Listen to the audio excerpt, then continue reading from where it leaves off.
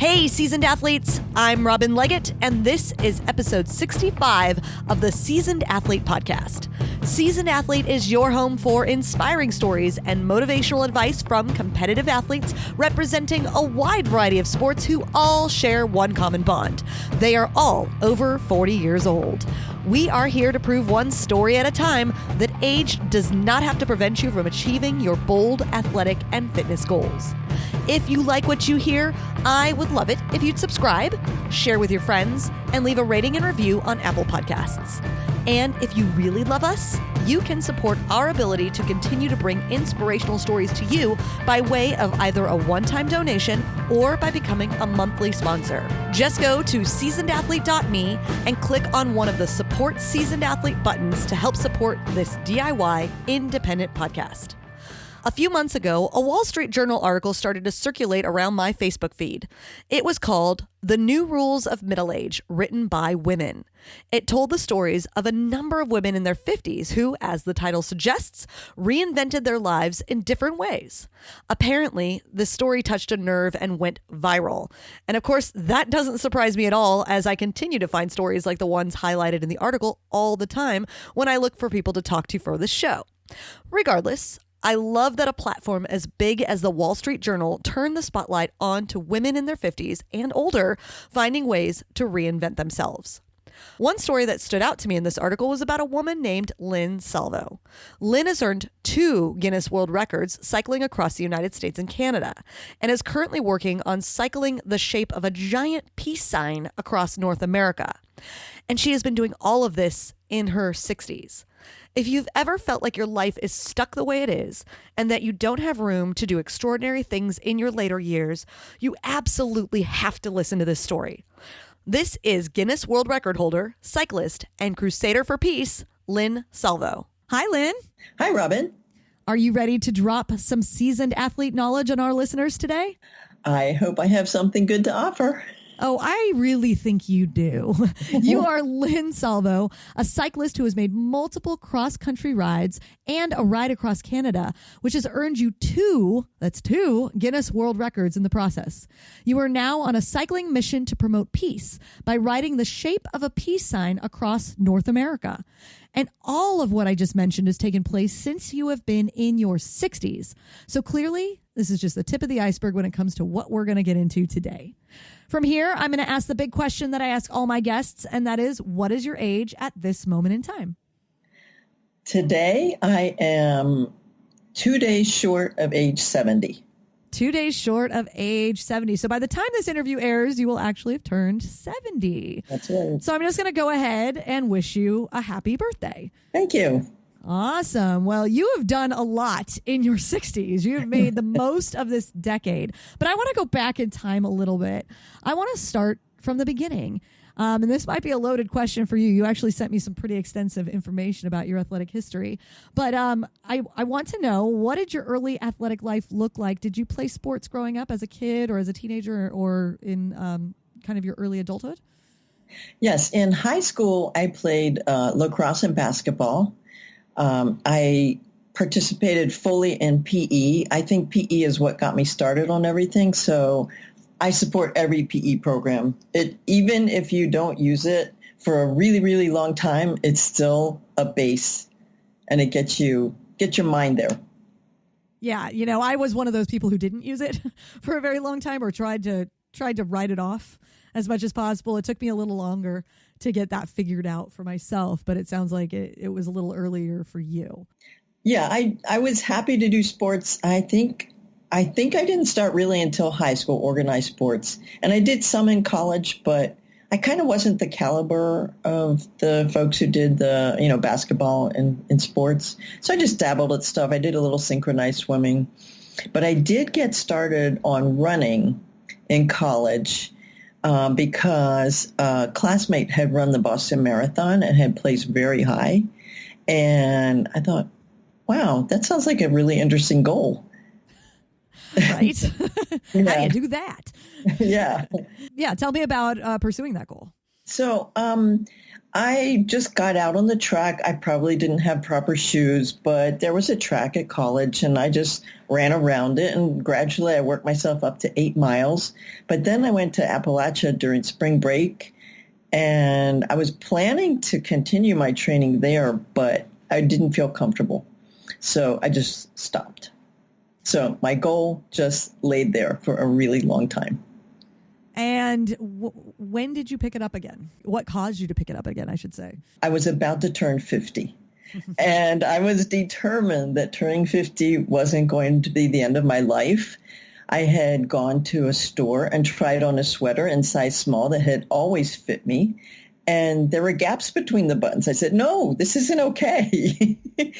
And there was something else. So there were internal reasons like those, but also it was the year of the millennium change. So I had this external thing. It's going to be 2000 and I'm going to be 50. And this, I got to do something here first about this belly. And then I did all sorts of things that particular year. I started a business and I started a PhD program, and I definitely needed to balance those two because they were very much sedentary. So it was also the balance that got me off the couch, so to speak.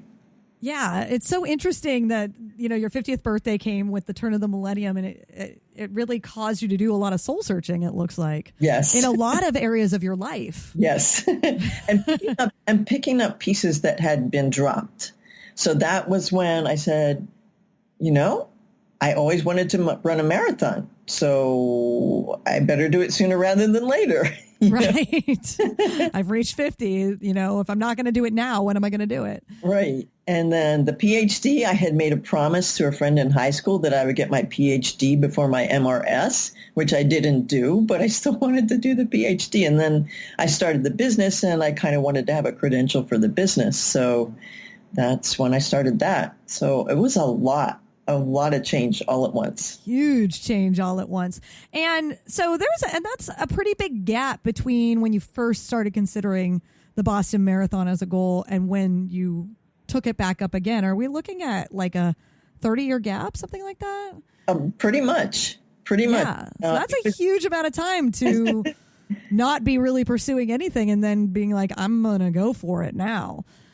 Yeah, it was the time when I had my children and was raising them, and I was a part-time stay-at-home mom, but I kind of always wanted to work, and I was working on a master's degree, and I can't sit still too long, mentally or physically, so I'm getting that about you.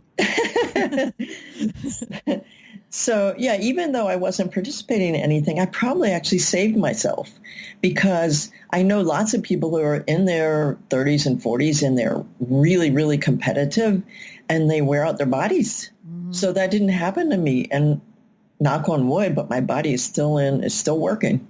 Yeah. You're not the first person who's been on this show who has mentioned that. I spoke to a woman who was running like a 5K record holder in her 80s. And she started later, too. And she said, I wasn't beating my body up my whole life. So now I can run at a pretty high level at this age, whereas people who had been doing it their whole lives can't necessarily do that anymore. So there is a benefit. When people think they're too old to start, there's actually a great benefit to starting later because you haven't been wearing your body down in that way for decades, So that seems to be what has worked for you. That definitely worked for me. Yeah. So not by design. Not by design. It's just, right. you something pinged in your brain around 1999. That's right. when you were 49 and you're like, something's got to change. Yeah. So you got back into running and you got that Boston Marathon bug again. Tell me about pursuing that. So it was around Halloween of 1999. It was dark out. I snuck out of the house, and I guess I had tennis shoes on of some sort, and I ran up to the street corner. Our street has a very steep hill on it. Well, our actual cul-de-sac doesn't, but as soon as I turn left, there's a pretty big hill. I didn't know hills were supposed to be hard yet, but I got to the top of that hill, and I was gasping for breath and panting, and I was thirsty. I said, I don't know how this is going to work. Right, who does this? But I didn't stop. And gradually I just added a little teeny bit each day, and pretty soon I was doing a mile. And then in about 6 weeks, I was up to 5 miles. And then you're looking back at that time and knowing what you've done now, and you look back at that time when that was just such a massive feat. Like, I cannot believe I just ran 5 miles. Yes. Yeah.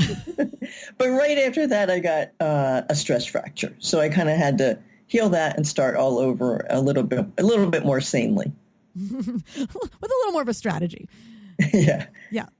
And so did you end up eventually achieving your goal? I did. April 28th, 2002, I ran the New Jersey Shore Marathon. I had trained, I had a coach who pushed us pretty hard. But he said the most you have to do before your first marathon is 20 miles. So that extra 6.2, I had no idea what that was going to be like. But I did a 20-mile run with a running buddy, and I finished it in 3 hours, and my qualifying time was 4. He said, "You're going to make it." So I said, "Well, that's I hope that's true." So the actual marathon, the circumstances were actually pretty terrible. It was about 50 degrees. It was pouring rain. I had 18 miles of headwind, and I couldn't find my family. They were supposed to be on the route, but they didn't want to be out there in the rain. And then I remember coming to the finish, it finished on a track, and I remember seeing a water stop and thinking, no, I'm not going to stop here. And then I reached the track. I got on the track. It wasn't even a full lap of the track. It was maybe a third of a lap, and I just floored it. Because I saw the time, I saw the clock, and I saw it was less than 4 hours. I said, I'm going to do this. And I just poured it on, and I finished with 3.6 seconds to spare and qualified for Boston on my first marathon. Nice. I remember sitting in the tent afterwards and just like, I kind of in La La Land, like I partly disbelief and just this incredible feeling. Oh my God, I did it. How amazing. Now, did you run Boston? I did run Boston. It was a year later. By then, I was starting to get running injuries. So my Boston time was 45 minutes longer than my qualifying time. It didn't matter. I was running Boston. Right? Just to be there. Just to be there, just to finish. That's all I needed to do. And then I ticked that box, and I haven't run a marathon since. I've done a few 10Ks and stuff, but no more marathons. No more marathons. So let's talk about how you transitioned from running to cycling, which is what you're doing now. Why did you decide to make that change in your life? I was having all those running injuries, and my coaches said, well, we really think you should cross-train. So I dug out a bike that a friend of mine had given my daughter for when she was in college. My daughter wasn't using it anymore. She was in New York City. So it was like a $400 bike, and I got on it, and I used it for my first triathlon. And then for some reason, I started doing pretty well. I guess a lot of people weren't competing anymore at my age. So I was often making the podium and occasionally winning. So I thought, okay, maybe if I got myself a better bike, I could do even better. So I think it was 2004, I got a Trek Madone, which was the bike that Lance Armstrong was using then, and had a big reputation. And I used that bike for 13 years. That was a good, trusty bike. I mean, yeah, if it lasts that long, that's a good bike. Yeah. So I did my first cross-country ride on that bicycle. And how did you end up deciding to do a cross-country ride? That's pretty significant, I would say, compared to even you were a one and done or two and done with marathons, and That's now right. You're talking about riding across the country. Like, what led you to decide to do that? There were a couple of things. I did a century ride. I think it was around 2007. It was after I finished my PhD and I had some more time. And I just heard about this thing called a century. And I thought, I wonder what that's like. And I remember training for that. And I remember getting up to 70 miles and then 80 miles and thinking, wow, this is really huge. And then I did it. And it was really kind of easy because there were so many stops. There were food stops and, I don't know. It just was, it wasn't a fast pace and it didn't matter and I wasn't racing. And so on that ride, I happened to connect with, I did it with a friend who was doing her first century, and she connected us with actually two guys. And I think one or both of them had ridden across the country on a bicycle. And they talked about it while we were cycling because, of course, we were really slow and they were really strong, so they could talk a lot. They weren't huffing and puffing. No, and I kept on saying, please, go on ahead. You're much stronger than we are. Don't worry. I said, no, we're going to stick with you. That's nice, and then you learned about cross-country riding. That's right.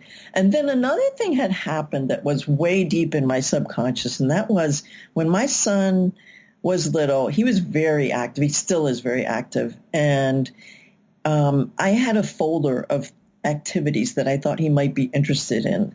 And I had clipped one of a high school boy, a high school age boy who had ridden his bicycle across the country. Put it in my son's folder, not thinking that it was planting a seed for me. Right. But I'm sure it was part of it.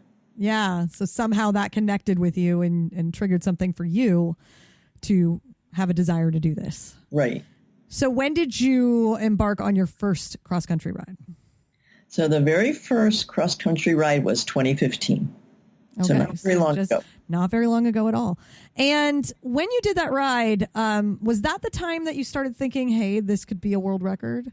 Yes. Actually, before I started it, I was thinking if I knew anyone older than me who had done it, who had ridden cross-country, and I had friends younger, a little bit younger who had done it, but I couldn't think of anybody older. So I started probing and asking, and then I got on the Guinness World Records site. It says, well, if you don't find a record, then you can apply to set one. So while I was on that ride, I remember being in an RV in Texas in a very deserted spot and getting an email from Guinness World Records saying, well, if you'd like to do it next year, you could set a record. And I just remember just laughing. So basically, because you were already doing it, you couldn't technically apply? Right. You can't do it retroactively. You actually have to apply and they have to prove it ahead of time. Right. But in addition, they had a record, or they said they had a record for a 66-year-old. 66-year-old, and that was my age, so I had to be older in order to beat that record. So that's why they said if you do it next year, which at the time was really absurd, but that also planted a bug and a seed in my mind because by the end of the year, I had had such a great time on that ride that I decided to go for it. And so I asked them about the record, and it turns out that the record was 66 on a relay team. She didn't do it solo. So it didn't even matter. It didn't even matter. Remotely comparable. So I pointed that out to Guinness, and they said, oh, well, then the record age to beat is 52. So you're like, well, shoot. If only I'd contacted you ahead of time. Yeah. But it means you got to do it again. That's right. So you did it again. And tell me about earning your first world record. What happened and what that was like? Well, I remember, first of all, I wanted to ride the same route that the 52-year-old had ridden. So I rode the Race Across America route, which is a pretty rigorous route. Which is why it was done as a relay for her, right? Possibly, yeah. And it went through deserts. I remember sand dunes and very high temperatures. I remember going through mountains in Colorado on the second time, on the the one where I was actually trying to set a record. But I remember being at the start and being in a total panic. And there were all these requirements that Guinness has. You have to do video and you have to get witnesses. And I called the local police department in Oceanside, California, and I asked if the policemen would please come and be witnesses. And they did. And then one of them gave me a challenge coin, which I didn't know what they were, but it was a really big deal for policemen. So he gave it to me and I carried it all the way across the country and let him know that I'd finished. That's so amazing. That's such a cool story. How long did it take you to ride across the country? It took 59 days. It was 3,163 miles. And I finished about 200 feet from where I'm sitting right now. Oh, wow. That's great. That's so cool. So most people would be pretty content with their one world record and just go about living their lives like, I've got a world record. Yay. But, you're different. So you had to go after another one. Can you tell me about Canada? Yes. So when I finally found out about that record, it was around November, it was around Thanksgiving.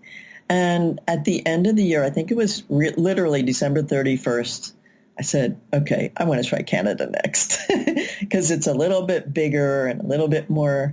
The mountains actually weren't as high in Canada, but it was definitely 1,000 miles longer. Canada's a really big country. Nice. So I applied for that, and it took Guinness 11 months to let me know. But I found out on the exact 1-year anniversary of finishing my first ride, almost at the exact hour. It was really, really freaky. It's like fate was telling you this has to happen. Yeah. Yeah. It's all, everything seems to be a little bit of fate and kismet and things lurking in your subconscious, that are making these things happen. It's all bigger than you, it seems like.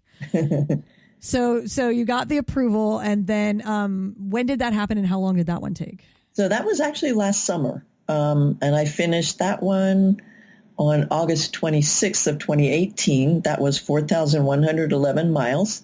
Went through 8 provinces. That one was the first ride where I really fully embraced the theme of peace as something I wanted to promote.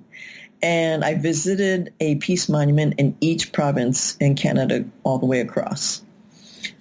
And that's an interesting topic, and it leads into kind of what you're doing now. But what led you to embrace peace as your sort of mission?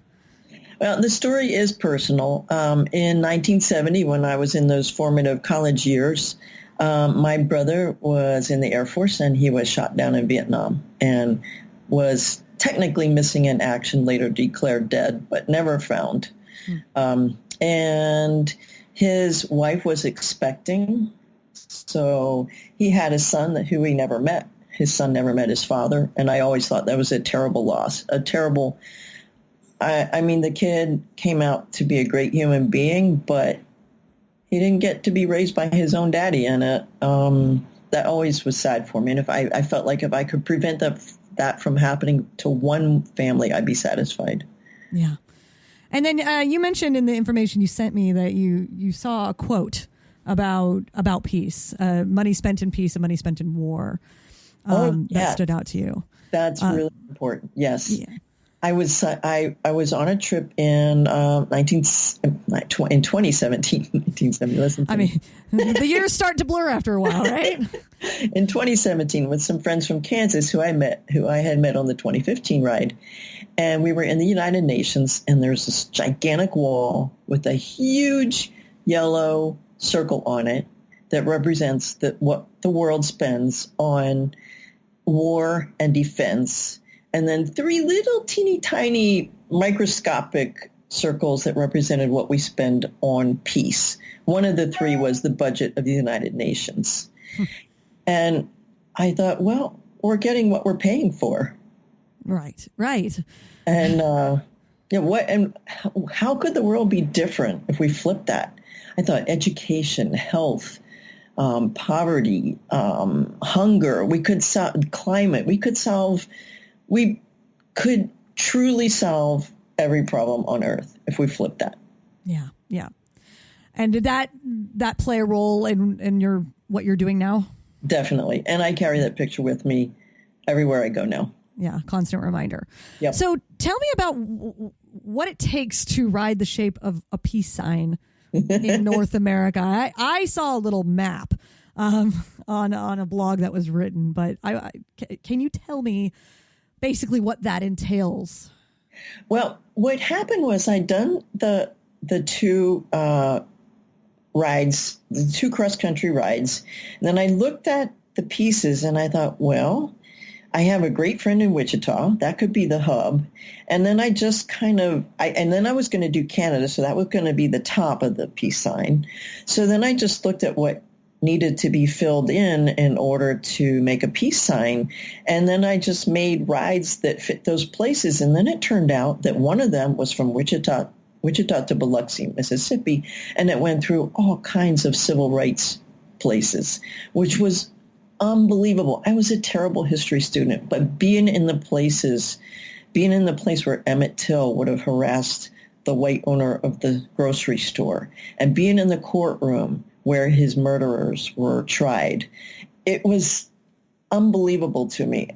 So those are two real highlights, but there were many, many, many of them. And then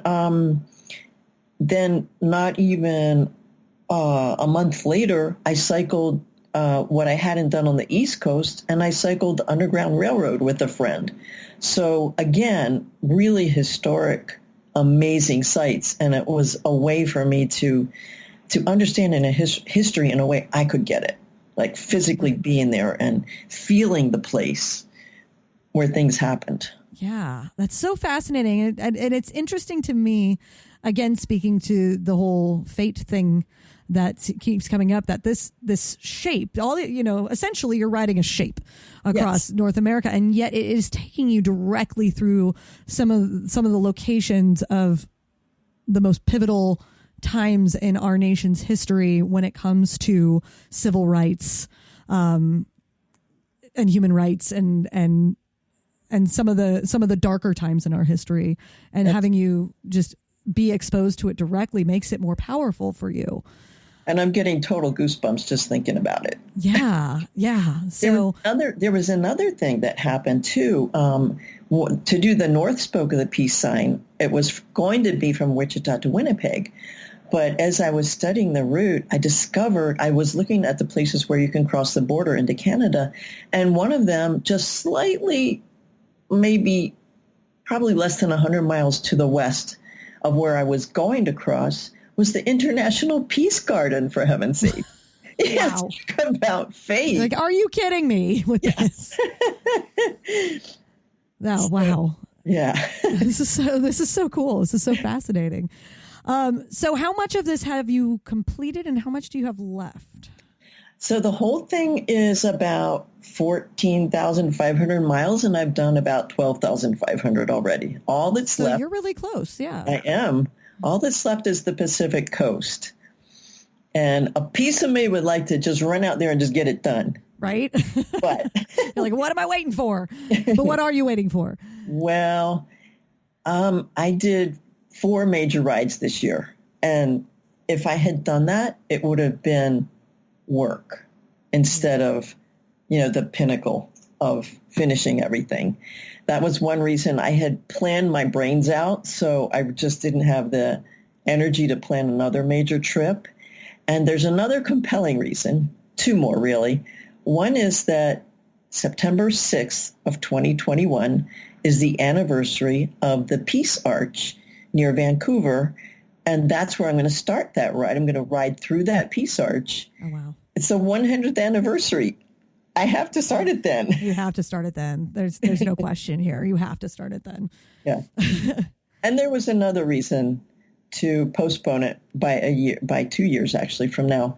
And that is that I'm going to try for one more record next year, and that is to try for oldest female to bicycle across Europe from Norway to Spain. And this is a really, really huge effort. It's another 500 miles longer than Canada. It's 15 countries. It's probably close to 15 languages. The logistics are crazy. Yeah. Yeah. 250 miles in Russia. I mean, it's a lot of passport stamps happening. Yeah. It's a really big planning deal. Yeah. So. Yeah. It's not just getting on your bike and going and No. I can't drive to the start like I've done a lot of times. Sure. Yeah, I suppose you can't. So that's amazing because 2 world records are not enough, obviously. You got to go for 3. You're living your best life right now, by the way. You're living like this is what retirement should be for everybody. I recommend it. We all should aspire to this. This is so cool. So let's talk a little bit about how you're able to do this. You know, you're almost 70. You're doing some major efforts. You're earning world records left and right. Guinness World Records just all over the place here. You're doing significant rides. So what do you think are the greatest challenges you face as someone at your age who is doing these major events? What kind of challenges are you facing as an older athlete? I know that you're asking me about challenges, but I'd rather talk about things that work. Well, that's my second question. I always follow that up with the things that work, but I'm wondering if so don't worry, I will ask you that. Okay. So I do have a couple of challenges. I've had rotator cuff surgeries on both shoulders, and my shoulders get a little bit uncomfortable from time to time. Nothing serious so far, and it seems to be okay. On the bike, it's not a problem on the bike. Although I do use several hand positions on the bike, and I use my aero bars to get some pressure off of my shoulders. So that's one thing. Yeah, so you have some good workarounds there. Yeah. I have a little bit of an Achilles tendon issue in my right heel, but it doesn't occur on the bike. It occurs when I'm off the bike. Yeah. So I think that's going to be okay. I've had both cataract surgeries, that's where I want to get into where there's something that went right, because with the cataract surgery, I don't have to wear glasses anymore. And the surgeon fixed one eye so that I can see distance and the other for close. The close-up one doesn't work so great, but the distance one is fantastic. And it's great for the bike because I can see the water tower and the grain elevator 10 to 12 miles away. My friend who I was cycling with said, "What elevator? What water tower?" So that's fascinating to me because when people think about getting older, it's like, and then cataract surgery is a thing that happens to many people when they reach a certain age, but you don't think about it in terms of this is going to make me an amazing cyclist because I can see so far away and I can see so much clearer and don't have to wear glasses. Like most people are just trying to live their life, but you're looking at it a completely different way. So let's talk some more about advantages, benefits that you face as an athlete, that either you're doing this as an older athlete, you started this as an older athlete. So what kind of advantages or benefits do you think you have that maybe someone who's a little younger may not have? Well, in terms of setting the records, I'm setting age records and not speed records. Right. So I can take as long as I want. I can stop and see things. I can take pictures. I can take breaks and go visit parks. I'm allowed to get off the bike and drive someplace as long as I come back and start again where I left off. So it's it's a fantastic way to travel.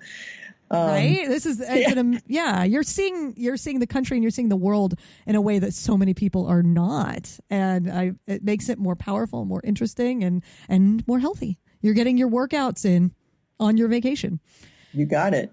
And seeing the world from a bike is really, really, really different. For example, I stop on practically every bridge right smack in the middle. You could never do that with a car. Right. So I get tons of pictures of bridges when I was in Oklahoma. When I was in Nebraska. They had huge flooding there, and I would go to the bridges. Some of them had freshly been rebuilt, and I'd go over to the side and look down and see these monster trees leaning against the brand new bridge. But I could see all that kind of thing. And I can stop places where cars just wouldn't dare stop. And plus I get this intimate connection with people on this last trip. This last trip that I did, I finished August 31st. with my friend Brenda. It was just the two of us, two women in their late 60s, going self-supported. I didn't have a SAG vehicle. This was crazy nutso, you know? And our very first, Brenda had done all the research because I was busy riding the Underground Railroad. So she researched every bike shop from the beginning to the end of our ride. And our very first bike shop was 525 miles from the start. If anything went wrong, we were in trouble, shall I say. Yes, yes. And just things went fine. People kept giving us gifts. This one guy, a hotel owner, actually drove 30 miles to bring us sandwiches just because. This guy gave us a melon. It was just one thing after another of kindnesses, one thing after another. Also, at the 525-mile mark, when we were in the bike shop, the owner of the bike shop, the son of the owner, he refused to be paid. He said, I want to support your adventure. And while he was working on my bike, he heard this sound. He said, that's coming from your bike. What is it? I said, I have no idea. My bike doesn't make that noise. He says, yes, well, it's a flat. You're having a flat right here in the bike shop. Jeez. Wow. That was our first flat and our only flat of the entire trip. How amazing. There's got to be there's something endearing to seeing, two 60-something women riding their bikes, on their own, self-supported, that, if I were to see you guys, I would want to support you guys. Like, who wouldn't want to show support and give to you guys? Because it's just, you don't see that every day, and it's inspiring. It's truly inspiring, and everybody's inspired by that. So I'd love that people came together to really lift you guys up and help support you on this adventure. Yeah, it was truly amazing. I mean, I've done those self-supported rides, and I have met people on them because with the record-setting rides, I had to get witnesses, which is another whole story. But the way this one was, we were theoretically pretty vulnerable, but it just didn't play out that way. Yeah, people wouldn't let you be vulnerable. No. Yeah. And I remember we're going to let you fail. Between the first bike shop and the second bike shop, exactly smack in the middle between the two, my friend Brenda's bracket that held up her rack that held her panniers broke, and her panniers are sitting on the ground. Well, she had brought zip ties, and we zip tied it all back together. Then we stopped in a grain elevator and went up to a worker there and asked if he could reinforce it, and he found some heavy wire and he fixed it up for her. And everything was fine. Maybe that's another benefit to being an older athlete, is just a general sense of resourcefulness, that problem-solving skills that you have gained in your life. I think that's definitely true. And the confidence that you're going to be able to do it. Another thing that we did a lot was we would wave to truck drivers. Both of us had rear view mirrors.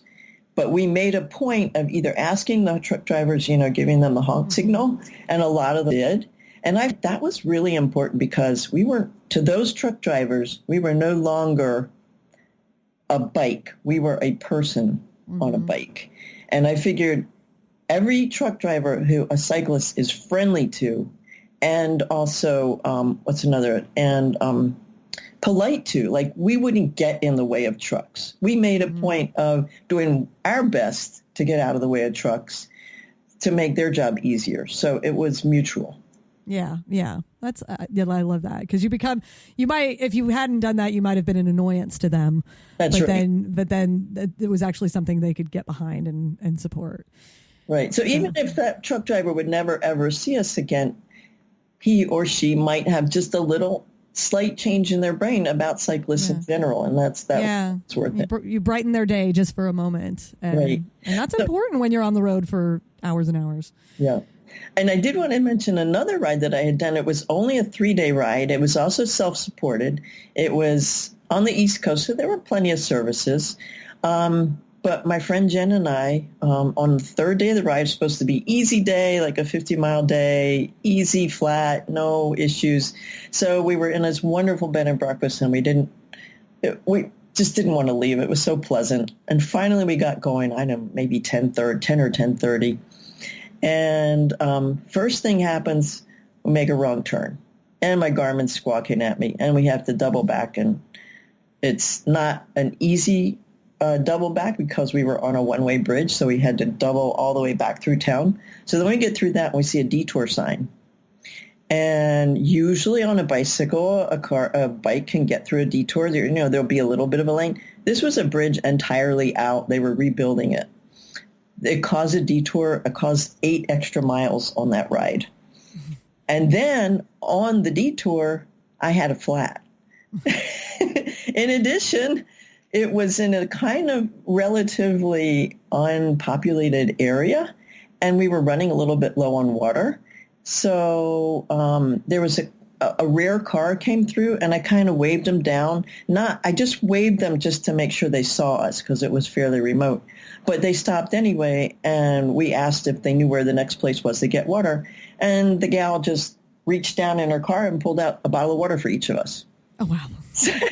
So, yeah. It pays to be friendly with people on the road, moral of the story, especially when things are going awry. So, what advice would you give to someone who may be around your age or around the age you were when you started doing all this, who may be, I don't know, like inspired by your story and entertaining the idea of doing something like this? Maybe whether it's at the scale you're doing or a little bit smaller, what advice would you have for somebody?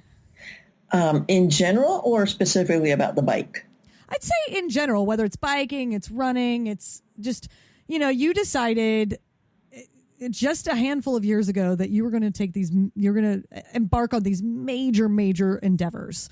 And so people who might be listening either are thinking like, well, that's great for her, but it's not great for me, or I'm never going to do that. Or, that's cool. That's a cool thing to do. But like, how do you get started? Or, so just in general, you started with an idea when you turned 50 that you were going to run the Boston Marathon. Even that for some people might be a lot. So what advice would you have to kind of maybe trigger that kind of thinking that you have had? Well, one thing ties very much in with your last podcast, and that is I believe you can do so much more and for so much longer than you think you can. It's like, when you're talking about my last podcast, are you talking about the Kevin Hopp who ran 70 marathons? The one I talked about. Okay. Yeah, just based on when this airs, people may not know that this was the last podcast, but the podcast where I talked about making bold goals for yourself. Yeah, that one. Yeah. Okay. So go ahead. Yeah. So that was one. Also, be sure if you pick something, be sure it's something that you really enjoy. Like I tried track as a senior at age 65. I started getting injuries. I had to practice the starts. It was annoying.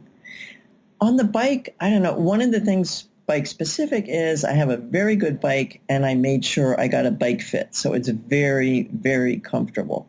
You don't want to be in a bad place on the bike. You got to be very comfortable. That doesn't necessarily mean a big, giant, squishy seat. You can be very comfortable on a hard seat if it's the right one for you. I've started on my own each time, both with running and with cycling. And then when I got to a certain point, then I got coaches. Not so much for cycling. For running, I definitely had a coach, like a couple of times a week coach with a group. But with cycling, I just had a wonderful bike mechanic who just told me what to do. Well, in a way, that's a coach. Yeah. Yeah. No, he definitely was told me how to cycle downhills, which I didn't know about. Right. Drop the whole competition thing. Just enjoy it. I'd been there. I've done it. I've done the racing. I've tried to win. I've tried to be on the podium. I've done it a few times.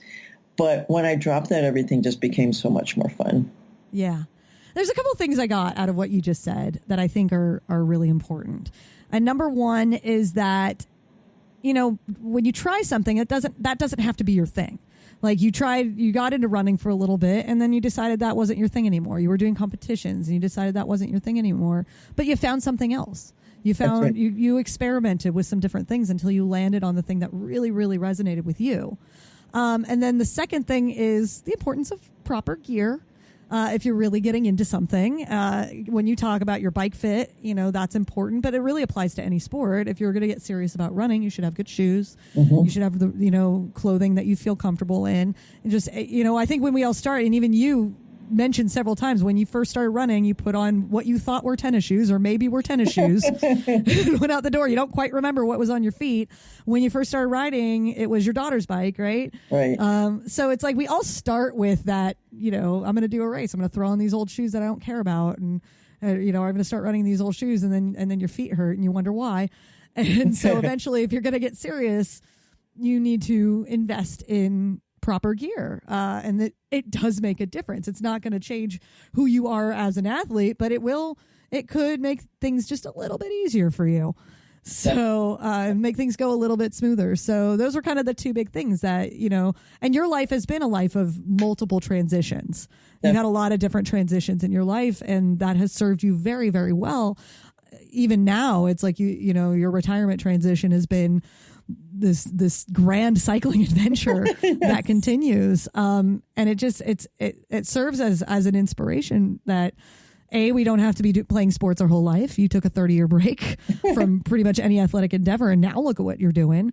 And so there are adventures that await us in our later years. And if you're doing something now, it could be what you're doing now, or it could be something completely different. And if you're not doing something now, who knows? Try something. But again, like you cited the podcast I did about being open to bold goals and opening your mind. That's exactly what you did. You opened your mind to bold goals and grand adventures. And that's exactly what you're doing. And it's been a blast. Yeah, it looks like it. It's so cool. And then you have a blog where you record all this stuff, right? I love the blog. The blog makes it all so much more worthwhile. I started on the very first day of the very first transcontinental ride.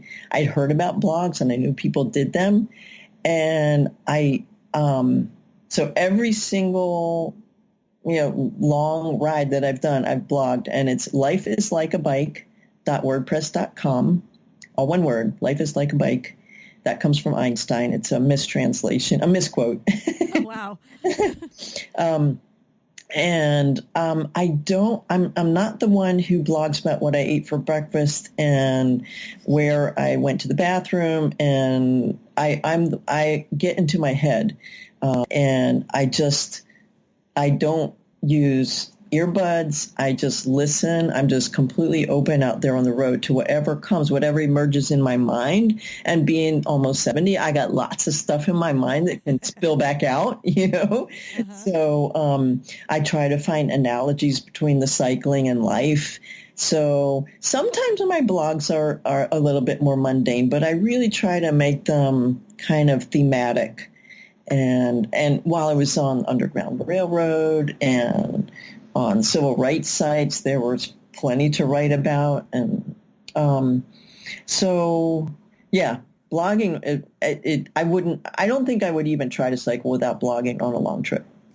It's a great way to document your journey. Mm-hmm. And especially, the way you're seeing the world, the way you're seeing this country and the way you're seeing the world is so truly unique that it would be a shame to not document and share right. that. So, it's good that you're doing that. Right. And it's kind of interesting. The blog was not required for the Guinness World Record. They did require a log, but the log actually helps me a lot with the blog, because I usually do a log at the end of the day before I write the blog, just to make sure I've, thought of whatever it is. And I let the theme emerge. I just, go into the day. I might have a vague idea, but then something will happen and that'll become the blog title. Like one day on the last trip, I really didn't have a blog title, but oh my gosh, the headwind was so awful. It was hills and headwind and just really a hard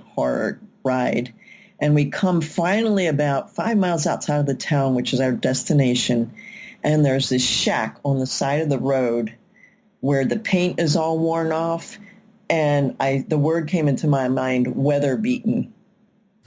And that was the title of my blog. You're like, the shack and myself Yeah. have been weather beaten. Yeah. Yeah. And that's powerful. Like I haven't even seen that entry, and I totally get what you were conveying there. So can you repeat the blog title one more time? Yes. lifeislikeabike.wordpress.com. Awesome. And I will put that in my show notes too, so people can check that out. And may I say one other thing, that Sure. My rides do support the American Friends Service Committee, afsc.org. If anybody is inspired to donate, we'd be grateful. And during the Canada ride, I supported the Canadian Friends Service Committee, and that's cfsc. I think it's ca.org. I'm not sure. But I will look that up and confirm, and I'll add that to my show notes as well. So that if people want to make a donation in support of your ride and in support of the organizations that you are supporting, they can do that very easily. So before we wrap up today, I'm going to ask you something I ask everybody. It's always a loaded question. But do you have one parting piece of wisdom that you've learned in this journey of yours, athletic and life, that you'd like to share with our audience today? I think so. I'm actually looking at my notes and I see 3 or 4, but I'm going to pick one. And that is sometimes going up a very long hill. What I do is I pick little teeny landmarks, like it might be a blade of grass, might be a shadow, it might be a crack in the road, it might be the next mile marker, a pole, or a piece of trash. Because if it's a little teeny goal and I can see it, I can see that I'm making progress towards it. So I think that's how I went from 0 to 26.2 miles on my first marathon and 0 to 4,111 miles across Canada. It's little itty bitty little pieces of trash all along the way. Canada was really clean, by the way. Okay, so not trash in Canada. but yeah, and that's such a metaphor for athletic adventures, but just life. When everything seems overbearing, it's like grab a small goal on your way, and all of a sudden it gets so much easier to reach that next one. When you're doing 26.2 miles for the first time, it seems daunting, but you get to a certain point where you're like, I could do another mile. I could do another mile. Oh yeah, I could do another mile. And that's probably how you're doing this whole thing. Thousands and thousands of miles. I remember one time on the 2015, the very first transcontinental ride, we had a 50-mile day, and my friend said, that's just 5 10-mile rides. Yeah. I do that all the time. I do long training runs for the races that I go on. And when I get to the point where I know I have a 10K left or a 5K left, it's like, I could do that in my sleep. I can do a 10K, no problem. I can do 5K, no problem. And this is after doing, 12, 13, 14, 15 miles. It's like, all right, if I got this much, that's just a 5K. I got it. So it's like when you reach points that you've already reached, things you already know you can do, all you're doing is a bunch of those. So. Right. I also remember telling my friends, when I have, say, 15 miles left in a day, said, well, that's just from the bike shop home. We do that all the time. Do that. Yeah. I don't even warm up for that. Like, That's no problem. So yeah, all these little chunks. It's super, super important. So thank you for sharing that piece of wisdom. I think that was a really, really good one. So aside from the blog, if someone wants to learn more about you, are there other ways people can find you or connect with you? Or is the blog the best way? I am on Instagram at Lynn.Salvo, LYNN.SALVO, V as in victory. I'm on Facebook at, I'm going to have to give that to you because it's not memorized, but I think it's piece by piece.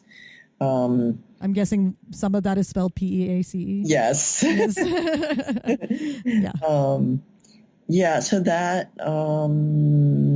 but the blog is the main way, and I'm not 100% responsive on blog comments because when on the Canada ride, I did have to stop replying to everybody because I needed some sleep. So fair enough. Well, gosh, what you're doing is so dang impressive that people just can't help but reach out to you. Well, I love it. I love the interaction of the comments on the blog, and I try to reply, but I just can't always. You've got to sleep sometime. That's important. You're you're almost 70. By the time this airs, you will be 70. Sleep is very, very important if you want to do bold, amazing things that you're doing. So yeah, you got to value that. You got to value that sleep and recovery just as much as the effort. So good on you. Good on you for taking time for yourself. Lynn, thank you so much for being on the Seasoned Athlete podcast today.